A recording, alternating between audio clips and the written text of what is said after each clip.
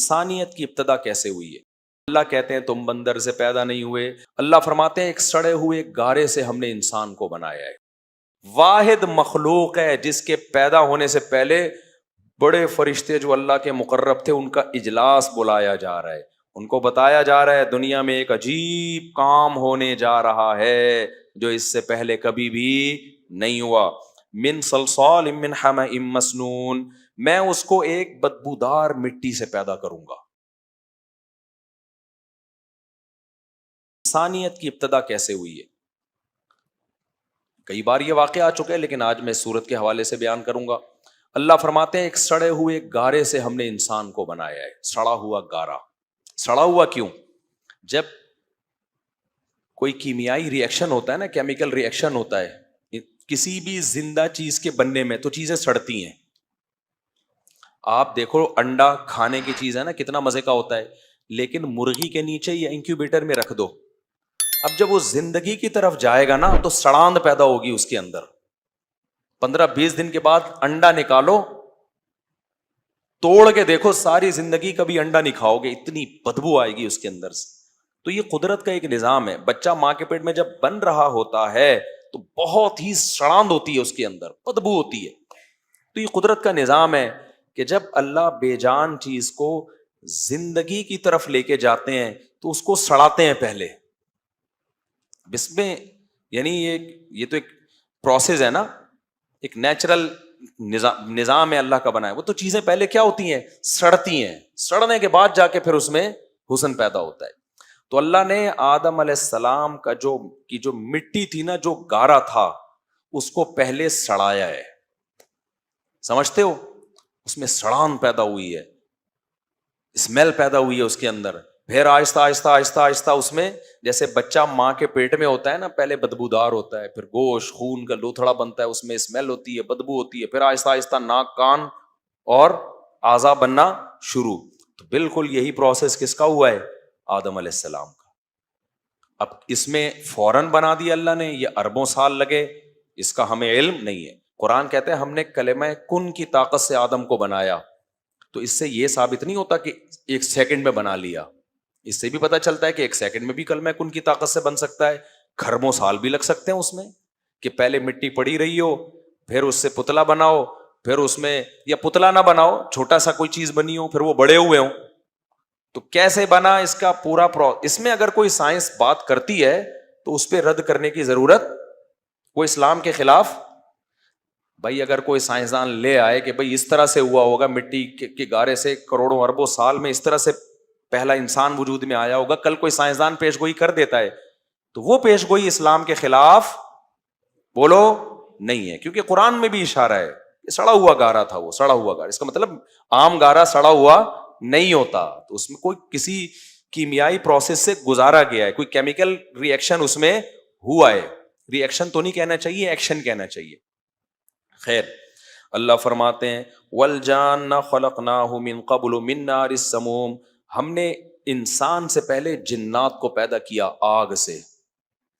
اب جنات بھی سائنس کے دسترس سے باہر ہیں، کیونکہ جنات مادی چیز نہیں ہے، الگ ٹائپ کی مخلوق ہیں۔ اللہ کہتے ہیں ہم نے جنات کو آگ سے پیدا کیا۔ وَإِذْ قَالَ رَبُّكَ لِلْمَلَائِكَةِ إِنِّي خَالِقٌ بَشَرًا مِّن صَلْصَالٍ مِّنْ حَمَإٍ مَّسْنُونٍ۔ دنیا میں واحد مخلوق انسان ہے۔ ڈارون نے تو بندر کی نسل کہہ دیا اتفاق سے پیدا ہوا ہے۔ جب اتفاق سے ہوا ہے نا تو اب یہ قابل عزت نہیں ہے، سمجھتے ہو؟ دیکھو، آپ جا رہے تھے، آپ کا بٹوا اتفاق سے کسی کی جھولی میں گر گیا، فقیر کی جھولی میں گرا، اس نے گرا پیسے رکھا، پتلی گلی سے نکل لیا۔ کوئی بندہ کہہ رہا ہے بھائی اس بندے کا شکریہ ادا کر جس نے تجھے اتنے ڈالر دیے۔ فقیر کیا کہے گا؟ بھائی اس نے کون سا دیے، چل رہا تھا کر کے اتفاق سے نکل گیا، اس کو تو پتہ بھی نہیں ہے۔ کیا خیال ہے؟ آپ کو شدید پیاس لگی ہوئی تھی، آپ لیٹے ہوئے تھے، ایک آدمی مشکیزہ لے کے جا رہا تھا، اتفاق سے وہ اسی ٹائم پہ لیک ہو گیا جب آپ کا منہ کھلا ہوا تھا، گڑ گڑ گڑ کر کے آپ کے منہ میں پانی چلا گیا۔ وہ بندہ چلا اور وہ اس کا مشکیزہ لیک ہے، آپ نے پانی پیا، بیٹھ گئے، لوگ کہہ رہے ہیں بھائی اس کا شکریہ ادا کر، اس نے تجھے پانی پلایا۔ آپ کہیں گے پلایا کہاں ہے، وہ تو جا رہا تھا اتفاق سے, پنچر ہی کہاں ہوا ہے. اتفاق سے ہوئے ہوئے کاموں میں کسی کو رسپیکٹ نہیں دی جاتی, کسی کا شکریہ ادا نہیں, سزا بھی نہیں ملتی, سزا بھی نہیں ملتی. اتفاق سے جا رہے تھے, آگے سے کھمبے سے ٹکرا گئے آپ, تو نہ کھمبے کو برا کہو گے نہ اپنے آپ کو, بھائی مجھے کیا پتا تھا, نیچے دیکھ رہا تھا یا اوپر دیکھ رہا تھا. خیر, تو اگر انسان اتفاق سے آیا ہے تو وہ اشرف المخلوقات بولو نہیں ہے, اشرف المخلوقات نہیں. یہ عزت دار مخلوق جب ہی بنے گا جب اس کو بنانے والا کہے کہ سب سے عزت دار مخلوق کس کو بنایا میں نے, انسان کو. تو اللہ کہتے ہیں تم بندر سے پیدا نہیں ہوئے, تمہیں بڑے پروٹوکول کے ساتھ دنیا میں لایا گیا ہے, لہذا تمام مخلوق میں سب سے عزت دار کون ہو تم. اے اللہ کیا پروٹوکول تھا جو ہمیں دیا گیا ہے, تو اللہ اس پروٹوکول کا تذکرہ کرتے ہیں. اور پتہ ہے کیوں کرتے ہیں؟ تاکہ وہ پروٹوکول سن کے ہم قابل عزت بننے کی کوشش کریں. دیکھو, جب آپ کے گھر میں 20 سال کے بعد بچہ پیدا ہوا, بڑی دعائیں مانگی, بچہ نہیں ہو رہا تھا, آپ کے ابا نے منتیں مانی, اماں نے منتیں مانی اور دعائیں مانگی, اور وہ جانے کے بعد پھر جب پیدا ہوا تو بڑے عقیقوں پہ عقیقے, دھوم دھڑکا, بڑا پروٹوکول, بچے کو بڑے لاڈ پیار سے پالا. اس کے بعد بچہ نافرمان نکلے تو آپ کیا کہو گے؟ بیٹا تم ایسے پیدا نہیں ہوئے جیسے لوگوں کے گھروں میں بچے پیدا ہو جاتے ہیں, تم مفتی صاحب کا بیان سننے کی وجہ سے پیدا ہوئے. ہم تو قائل ہی نہیں تھے بچے پیدا ہونے کے. 10 سال ہم نے مفتی صاحب کا بیان سنا تھا کہ اولاد ایک نعمت ہے, اس کے بعد جا کے ہمیں خیال آیا کہ اب ہم حمل نہیں روکتے, اور ہمیں اتنی ترغیب ملی کہ ادھر 16 لے کے گھوم رہے ہیں اور ہمارے ایک بھی نہیں. لہذا اب ہم نے فیصلہ کیا کہ اب جب 20 سال کے بعد یہ نعمت ہمیں ملی ہے تو اب ہم بڑی عزت دی, ہم نے بڑی دعوت کی تھی, یہ ایسے عقیقہ نہیں کیا عام لوگوں کی طرح, ایسے پروٹوکول, اور اتنا تمہاری تعلیم پہ خرچ ہوا, تمہاری وجہ سے فیملی پلاننگ والوں کو ناراض کیا ہم نے, اور اب جا کے تم یہ حرکتیں کر رہے ہو تو فیملی پلاننگ والے بولیں گے ہم کہتے نہیں تھے کہ اس زمانے میں بچے 2 ہی اچھے, یا بچے ہونے ہی نہیں چاہیے. کیا خیال ہے بھائی؟ تو اسی طرح یاد رکھو, جیسے فیملی پلاننگ والوں کو بچے پیدا ہونے پہ تکلیف ہوتی ہے, ایسے ہی شیطان کو کس پہ تکلیف ہو رہی تھی؟ آدم کے پیدا ہونے پر. تو اللہ کہہ رہے میں نے تمہیں اتنا پروٹوکول دیا, شیطان کو ناراض کیا, پرواہ نہیں کی, فرشتوں کو اشکال ہوا, پرواہ نہیں کی, انہی فرشتوں کو کہا کہ جس کی پیدائش پہ تمہیں اعتراض تھا تم سب سجدہ کرو گے. اب اگر تم الٹی حرکتیں کرو گے نا تو شیطان کہے گا ہم نے کہا نہیں تھا کہ یہ پیدا ہونے والی چیز بولو نہیں ہے, ہم نے کہا تھا وَيَسْفِكُ الدِّمَاءَ, یہ زمین میں فساد مچائے گا, خون بہائے گا زمین میں, پھڈے کرے گا, شرک کرے گا, یہ کرے گا, وہ کرے گا. تو اللہ میاں کو بھی وہی غصہ آتا ہے جو کسی باپ کو غصہ آئے اپنی اولاد پہ جس کو بڑی محبت اور پروٹوکول سے پالا ہو, اور بچہ کیا نکلے؟ نافرمان. اور پھر فیملی پلاننگ والے تانے دے رہے ہوں ہم نے تو کہا تھا کہ اس زمانے میں بچے نہیں ہونے چاہیے. اور تیسرا اگر ایسا نکلے تو پھر تو فیملی پلاننگ والے بولیں گے ہم نے کہا نا تھا 2 بچے ہی اچھے. اب 2 ہی اچھے ہوں گے, تیسرا کبھی بھی اچھا نہیں ہو سکتا. تو اللہ میاں اس لیے اس پروٹوکول کا کیا کرتے ہیں, منہ سے یعنی بول لیں, میں کہنے والا تھا پھوٹ لیں یعنی, لیکن بول لیں. اسی وجہ سے اللہ اس پروٹوکول کا قرآن میں بار بار ذکر کرتے ہیں کہ کیسے پیدا کیا آدم کو. اللہ کی نظر میں یہ آیتیں بہت اہم ہیں, ہماری نظر میں ایک تاریخی واقعہ ہے. تو اللہ میاں کیا کہتے ہیں, وَإِذْ قَالَ رَبُّكَ لِلْمَلَائِكَةِ پروٹوکول نمبر 1, اللہ کہتے ہیں میں نے فرشتوں سے کہا انی خالق بشرا, میں ایک انسان پیدا کرنے والا ہوں. پہلا پروٹوکول کیا؟ اللہ کوئی کام کرنے سے پہلے کسی کو بتاتے نہیں ہے, نہ پوچھتے ہیں. واحد مخلوق ہے جس کے پیدا ہونے سے پہلے بڑے فرشتے جو اللہ کے مقرب تھے ان کا اجلاس بلایا جا رہا ہے, ان کو بتایا جا رہا ہے دنیا میں ایک عجیب کام ہونے جا رہا ہے جو اس سے پہلے کبھی بھی نہیں ہوا. من صلصال من حمأ مسنون, میں اس کو ایک بدبودار مٹی سے پیدا کروں گا. یہ فرشتوں کو نا سرپرائز دینے کے لیے. سرپرائز کیا اس میں؟ فرشتوں کو جب اللہ نے بلایا نا کہ میں ایک مخلوق پیدا کرنے والا ہوں تو فرشتے سمجھے ہوں گے اب تک تو نور سے, روشنی سے, کچھ لائٹ سے اللہ نے کچھ چیزوں کو پیدا کیا ہے, جاندار مخلوق. کچھ جاندار اللہ نے پیدا کیے مٹی سے, کچھ جاندار اللہ نے پیدا کیے ہیں آگ سے. تو ہمیں جو بلایا گیا ہے اٹ مینس کہ اب مجھ کو امبر سے کوئی چیز پیدا ہونے والی ہے. کوئی الگ یونیک قسم کی مخلوق آنے والی ہے جو بنائی کس چیز سے جائے گی؟ گلاب کے پھولوں سے، یا مشک و عنبر سے، یا سونے اور چاندی کو کشیدہ جائے گا، اس سے کیا بنایا جائے گا؟ انسان. تو اللہ نے فرشتوں کو اور سرپرائز میں ڈال دیا. کیا؟ ایک بدبودار گارے سے بنانے والا ہوں، تاکہ فرشتے حیران ہوں، اللہ ایسی چیز سے تو مخلوق بنا رہا ہے اور تو ہم سے اس بارے میں ہمیں کیا دے رہا ہے؟ اطلاع دے رہا ہے اس کے بارے میں. یہ فرشتوں کو تعجب میں ڈال لیں اور ان کی آزمائش کے لیے بھی. اب فرشتے تو حیران ہوں گے، اللہ تو اگر مشک و عنبر سے بنا رہا ہوتا تو ہمیں بتاتا نا، بنا رہا ہوتا تو بتاتا ہمیں. دیکھو ابھی تمہیں جب تک مثال سے بات نہیں سمجھاؤں نا سمجھ میں نہیں آئے. دیکھو گھر میں آپ کی بیگم صاحبہ نے ایک دن بریانی بنائی، ایک دن نہاری بنائی، نہاری بڑے گوشت سے، بریانی چھوٹے گوشت سے، زردہ فلانے چاول سے، اور جب بھی ڈشیں بناتی ہے کبھی آپ سے پوچھتی نہیں. ایک دن اس نے آپ کو بلایا کہ آج جو میں ڈش بنانے والی ہوں میں پہلے آپ کو بتاؤں گی. ایک دم آپ کہو گے لگتا ہے آج تو شہد اور اب مجھے زیادہ چیزوں کے نام بھی نہیں ہیں، شتر، ہاں زبردست، آج کل تو شتر مرغ ہٹ پہ چل رہا ہے. لگتا ہے بیگم آج شتر مرغ کے انڈے کا سالن بنانے والی ہیں، تبھی آج مشورہ لیا جا رہا ہے. اور بیگم جواب میں کہیں کہ میں آپ سے مشورہ لے رہی ہوں اور آج میں ایک ایسی یونیک ڈش بنانے والی ہوں جو مسور کی دال سے بنے گی. آدمی کہے گا بیگم بریانیاں تم نے بنائی ہیں زعفران کی، اس کے بارے میں مشورہ نہیں لیا. تو یہ مسور کی دال کی چیز مٹیریل تو دیکھو تم کیا ڈال رہی ہو اس میں. تو اللہ میاں نے کیا فرمایا، فرشتوں کو جب بلایا، فرشتے کہ بھائی اب تو مشک و عنبر سے کوئی مخلوق بننے والی ہے، سونے چاندی سے بننے والی ہے، ہیرے جواہرات سے بننے والی ہے. اللہ نے کہا میں ایک بدبودار مٹی سے ایک انسان بنانے والا ہوں.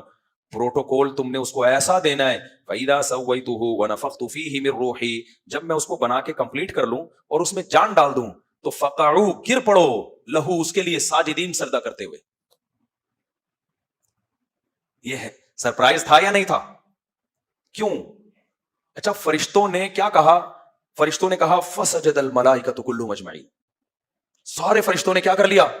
سجدہ. بھائی چھوڑو اس بحث میں کہ مٹی سے بنے ہیں یا بدبودار مٹی سے بنے ہیں یا اللہ میاں نے یہ کیا کام کیا ہے، آرڈر جو دیا ہے اس کو کیا کرنا ہے، فالو. گر گئے. ایک اکیلا شیطان تھا جو اللہ کے حکم کے مقابلے میں لاجک پہ چلتا تھا.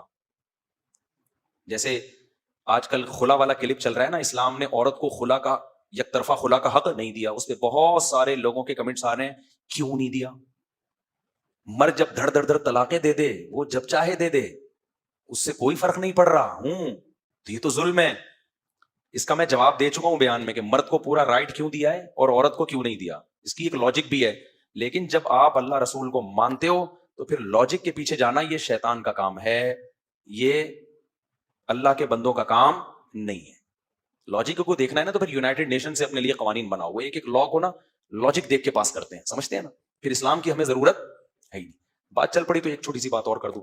دیکھو بھائی یہ لبرل سیکولر لوگ نا ہمارا خاندان نظام تباہ کر رہے ہیں. خواتین کو وہ حقوق دے رہے ہیں جو اسلام نے نہیں دیے، جو دیے وہ والے دے نہیں رہے. اسلام میں خوب سمجھ لو سربراہ مرد ہے، عورت بولو نہیں ہے. یہ مان لو، خواتین بھی مان لیں، مرد بھی مان لیں. یہ بات ابھی کیا ہوا ہے، چند دن پہلے ایک ہمارے دوست نے بتایا کہ بیوی ان کی ماں باپ کو گالیاں دے رہی تھی، انہوں نے تھپڑ لگا دیا، 2 تھپڑ لگا دیے بیگم کو. پہلے وہ چپ نہیں ہوئی تو 2 تھپڑ لگا دیے. تو مجھے فون کیا، میں نے کہا بھائی جب بیوی ماں باپ کو گالیاں دے رہی ہے، آپ کے ماں باپ کو، تو خاموش نہیں ہو رہی تو پھر 2 تھپڑ بنتے ہیں. تو صحیح کیا، غلط نہیں کیا آپ نے، اللہ نے اجازت دی ایسی شدید مجبوری میں. اور وہ کہہ رہے ہیں وہ کنٹینیو کرتی رہتی ہے یہ کام، فرسٹ ٹائم نہیں ہوا. کہہ رہے ہیں میں جب سمجھا رہا ہوں تو میرے سسرال کہہ رہے ہیں کہ دیکھو سختی سے کام نہیں ہوتے، نرمی سے ہوتے. دیکھو محبت سے، سختی سے نہیں، محبت سے سمجھاؤ. کہہ رہے میں 1 سال سے محبت سے سمجھا رہا ہوں کہ میری ماں باپ کو ایسے گالیاں نہیں دیا کرو. نہیں مان رہی وہ. میں نے کہا اب کیا ہوا؟ کہہ رہے ہیں پولیس بلائیں گے، آپ کو تھانے میں لے کے جائیں گے. میں نے کہا مسئلہ انہوں نے خود ہی حل کر دیا، لاجک خود ہی پیش کر دی. میں نے کہا ان سے کہو محبت سے سمجھائیں مجھے کہ میں نے تھپڑ جو مارا ہے نا، یہ پولیس کیوں، ڈنڈا کیوں لے کر آ رہے ہو؟ محبت. دیکھیں سارے کام کس سے حل ہوتے ہیں؟ محبت سے. اپنے سسرال سے کہو پولیس کیا. جیسے آپ مجھے کہہ رہے ہیں کہ بیگم کو محبت سے سمجھانا چاہیے تھا، تو مجھے سمجھانے کے لیے بھی محبت دو تاکہ میں آئندہ تھپڑ نہ ماروں. تو جب اپنا مسئلہ آیا تو پولیس وہ تھپڑ نہیں، وہ ڈنڈے مارے گی، جیل میں بند کر دے گی. تھپڑ 2 منٹ کا مارنا، تھپڑ جا کے مارنا شروع کر دیں، غلط کام ہے. تو یہ جو لاجک واجک کی باتیں آج کل جو سیکولر لبرل طبقہ کر رہا ہے نا، تو بھی ڈرامہ ہے، سمجھ رہے ہو. اللہ میاں نے پسند نہیں کیا شوہر بیوی پہ ہاتھ اٹھائے، لیکن کچھ حدود ایسی ہوتی ہیں کہ اس لمٹ کو کسی کو کراس کرنے کی اجازت نہیں ہے. پھر مرد کو اگر ہاتھ اٹھانے کی اجازت نہ دی جائے ایسے موقع پہ تو اس کے پاس پھر طلاق کے علاوہ کوئی آپشن نہیں رہتا، پھر گھر ٹوٹیں گے اس سے. یہاں فوراً خواتین پوچھتی ہیں اچھا اگر شوہر نے ہماری اماں کو گالی دی تو ہم بھی تھپڑ ماریں؟ اس کا بغیر لگی لپٹی کے جواب یہ کہ نہیں، عورت کو اللہ نے شوہر پہ ہاتھ اٹھانے کی اجازت نہیں دی ہے. تو اللہ تعالیٰ کیا فرماتے ہیں فَإِذَا سَوَّيْتُهُ وَنَفَخْتُ فِيهِ مِن رُوحِي، تو سب لوگ سجدہ کرو اس پہ. اللہ کہتے ہیں تمام فرشتوں نے سجدہ کیا. اب اس میں لاجک بنتی کیا ہے کہ ایک مٹی سے بنایا اور اس کو پروٹوکول کیوں دیا جا رہا ہے؟ ہمیں تو اللہ نے لاجک نہیں بتائی، لیکن کچھ چیزیں سرسری غور سے پتہ چلتی ہیں. بھائی اس کے اس مال کو نہیں دیکھا جائے گا جس سے بنایا جا رہا ہے. اصل اس ٹائپ کی مخلوق جس کے پاس ایسا ذہین دماغ ہو اور جس کے پاس علم سیکھنے کی ایسی صلاحیت ہو، چیزوں کو اینالائز کرنے کی صلاحیت ہو، یہ صلاحیت کسی اور مخلوق میں نہیں. آسان لفظوں میں اس جیسی ذہین مخلوق اللہ نے پیدا نہیں کی ہے. ذہانت کی بیس پہ اس کو یہ عزت دی جا رہی ہے تاکہ یہ اس آزمائش کو قبول کرے جس آزمائش کے لیے اللہ نے اس کو پیدا کیا ہے. امتحان عقل مندوں کا لیا جاتا ہے. دیکھو امتحان ان کا لیا جاتا ہے، 3 قسم کی مخلوق ہے نا. ایک وہ جن میں خواہشات ہی نہیں ہے، فرشتے، ان کی بھی آزمائش نہیں ہو سکتی، ان کو جو کہیں گے وہ کر لیں گے، ان کا نہیں کرنے کا دل نہیں چاہ رہا ہوگا. دوسرے وہ مخلوق جس کو اللہ نے خواہشات دی ہیں مگر کھوپڑی نہیں دی، جیسے شیر، گدھا، لومڑی، ان کو خواہشات تو دی ہیں، دماغ نہیں دیا. ان کو برائی سے روکو ان کو سمجھ میں ہی نہیں آئے گا، ان کو بھی آزمایا نہیں جا سکتا، لہذا ان کے لیے بھی جنت اور جہنم نہیں ہے. ایک انسان اور جنات وہ مخلوق ہے، لیکن جنات کی طبیعت میں چونکہ شرارت غالب ہے اور ذہانت ان کی انسانوں جیسی نہیں ہے. باتیں بڑی بڑی کام طاقتور بہت ہوتے ہیں جنات، کھوپڑی انسانوں جیسی نہیں ہے. تو انسان وہ مخلوق ہے جس کو اللہ نے خواہشات بھی دی اور اللہ نے عقل بھی دی ہے. تو اب یہ عقل اور خواہشات کے بیچ میں لڑتا ہے. خواہش کہتی ہے زنا کر لو، عقل کہتی ہے غلط کام. کچھ لوگ خواہشات میں پڑھ کے کر لیتے ہیں اور کچھ عقل استعمال کر کے رک جاتے ہیں. تو یہاں امتحان ممکن ہے، باقی مخلوق کا امتحان ممکن نہیں ہے. تو یہ مخلوق اللہ پیدا کرنا چاہ رہے تھے کہ جو اس کائنات میں غور کر کے مجھ پر ایمان لائے، مجھ سے محبت کرے، اس محبت کا مزہ ہے. فرشتوں کا ایمان یہ اختیاری نہیں ہے، اضطراری ہے. اضطراری اختیاری پھر لمبی بحث ہو جائے گی، جلدی سے میں اس کو ختم کرتا ہوں اس کو. اللہ فرماتے ہیں اللہ ابلیس نے انکار کر دیا. ابا ان یکون مع الساجدین، اس نے کہا نہیں کروں گا. اللہ کہتے ہیں مالک اللہ تکون مع الساجدین، اے ابلیس سب جب سجدہ کر رہے تھے تو تو نے کیوں نہیں کیا؟ اس سے پتہ چلتا ہے اللہ بھی اجماع کے قائل ہیں. جو کام سارے کر رہے ہیں تو 1.5 اینٹ کی الگ مسجد، سارے نہیں کرتے تو بھی غلط ہوتے، لیکن شیطان کو غلط ثابت کرنے کے لیے ریفرنس جمہور کا دیا جا رہا ہے. اسی وجہ سے ہم تو کہتے ہیں 20 رکعت تراویح 150-200 سال پہلے جب ساری دنیا پڑھ رہی تھی تو تم نے 8 کی، ایک لا کے امت کو کیوں اختلاف میں ڈال دیا؟ صدیوں سے سارے پڑھتے آ رہے تھے، تو جو کام کر رہے تھے تم بھی کر لیتے. ابھی اس میں ڈیٹیل میں انشاءاللہ کلپ میرا آنے والا ہے تو میں بتاؤں گا اجماع کی کس کس نے اجماع کا دعویٰ کیا. خیر، تو اللہ کہتے ہیں جب سارے سجدہ کر رہے تھے تو نے 1.5 اینٹ کی مسجد کیوں بنائی؟ تو بھی کر لیتا ان کے ساتھ. قال لم اکن لاسجد لبشر، شیطان نے کہا ایسا پاسبل ہی نہیں ہے. لم اکن کا مطلب یہ پاسبل ہی نہیں ہے، ممکن ہی نہیں ہے. یہ نہیں کہا کہ میں سجدہ نہیں کروں گا، نہ، یہ ہو ہی نہیں سکتا کہ میں ایسی مخلوق کو سجدہ کر لوں جسے تو نے صلصال من حمأ مسنون، ایک سڑے ہوئے گارے سے بنایا ہو. یہ اس قابل نہیں ہے کہ اس کو اتنا پروٹوکول دیا جائے. اللہ فرماتے ہیں فخرج منہا فانک رجیم، نکل جا تو مردود ہے اور تجھ پر قیامت تک لعنت ہے. فرشتے نے کہا انظرنی الی یوم یبعثون، ٹھیک ہے اللہ مجھ پر لعنت ہے نا، میں تو ہو گیا لعنتی. اب بجائے توبہ استغفار کرے، گڑ گڑائے اللہ کے سامنے، کہہ رہا ٹھیک ہے بھائی جب لعنتی ہے، جیسے ہوتا ہے نا بعض دفعہ ابا کسی کو تھپڑ لگا دیتے ہیں، بولتے ہیں تو نالائق.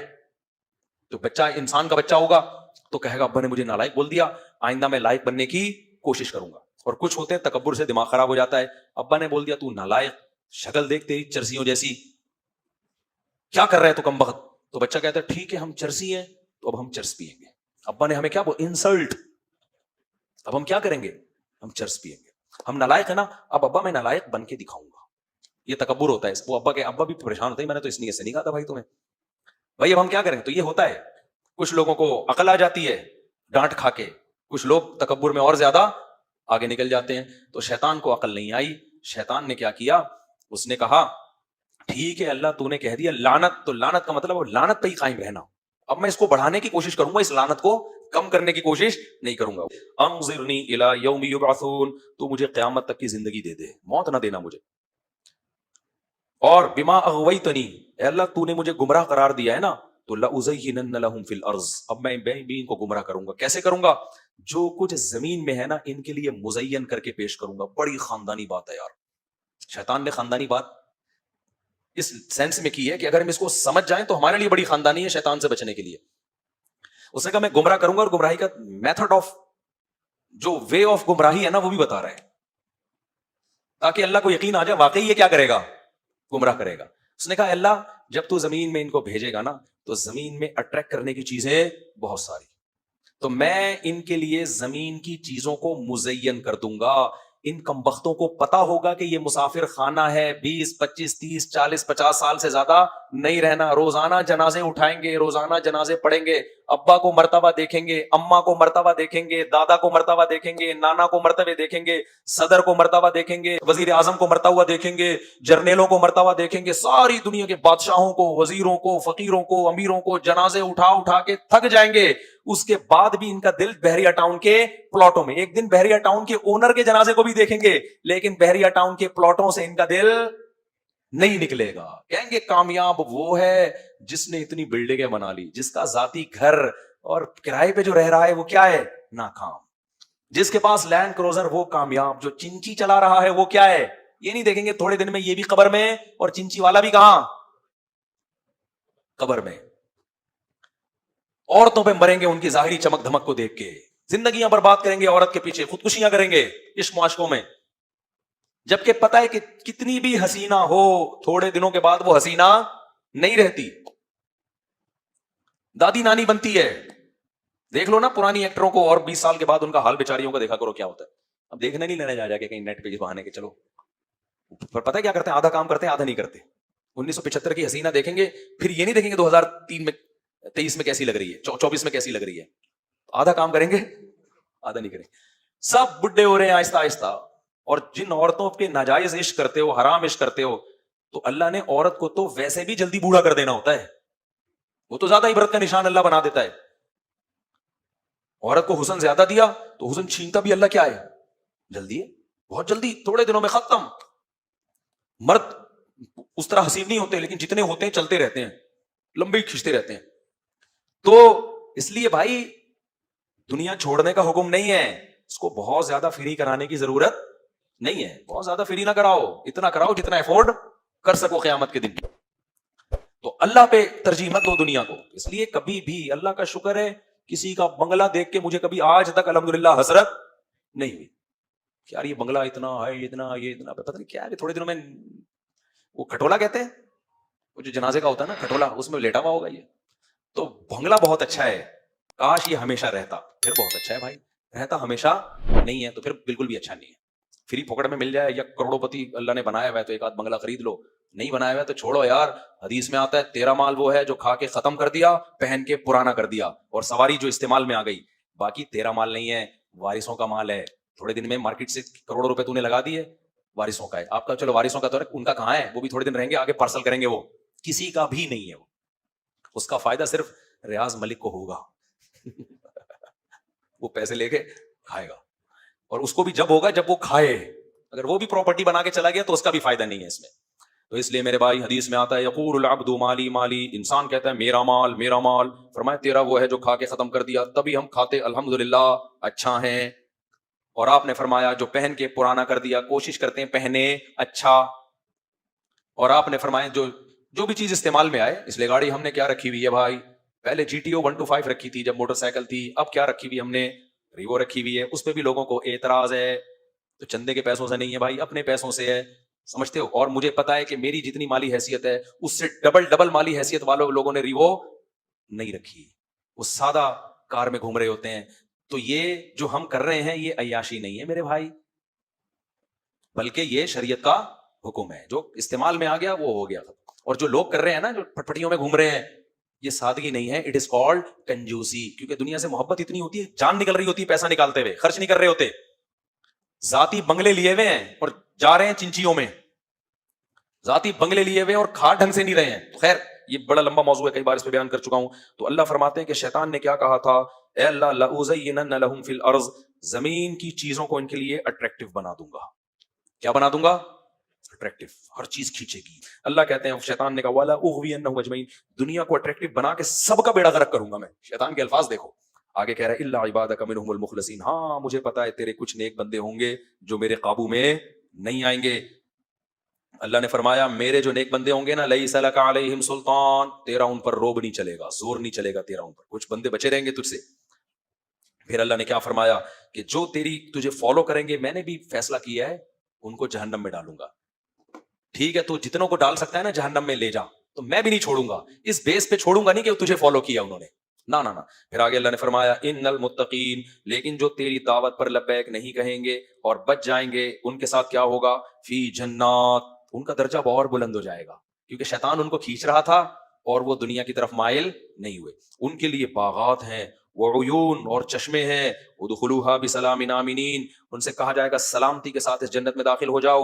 اور بہت اہم آیت وَنَزَعْنَا مَا فِي صُدُورِهِم مِّن غِلٍّ، ان کے دلوں میں اگر کوئی نفرت، لڑائی، بغض ہوگا ہم وہ جنت میں نکال لیں گے. اخواناً علی سرر متقابلین، تختوں پہ بیٹھے ہوں گے بھائی بھائی بن کے. اس سے پتہ چلتا ہے کہ دنیا میں بھی دو جنتی ایسے ہو سکتے ہیں جن کے دلوں میں آپس میں بغض ہو.